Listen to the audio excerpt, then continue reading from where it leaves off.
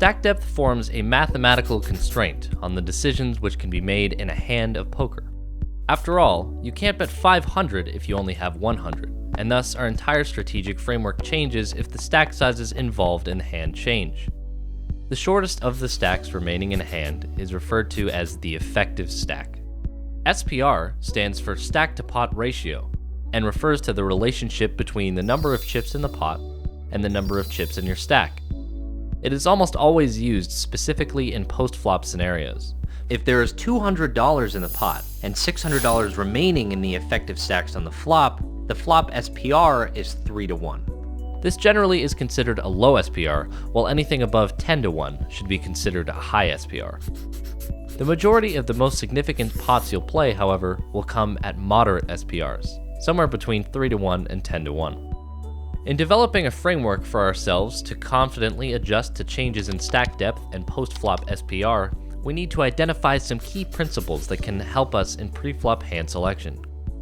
Principle 1. The shallower the stacks, the closer we are to playing an all-in pot. Principle 2. The closer we are to being all-in, the lower our hand requirements for being all-in. Principle 3. Our pre-flop hand selection should reflect our all-in requirements.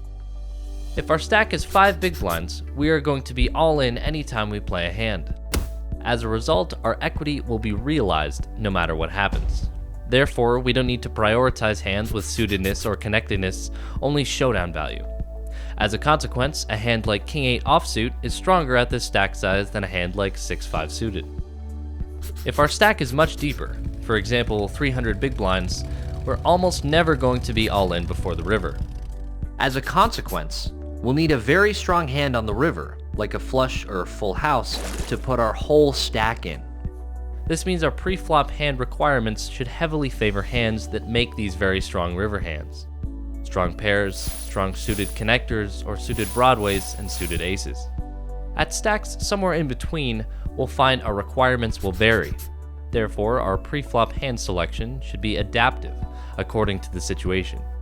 But it should always prioritize hands which possess as many as possible of the 3 fundamental properties of a hand. Again, showdown value, suitedness, and connectedness. The deeper the stacks become, the more criteria a hand must fulfill in order for us to justify playing it, particularly when we are out of position.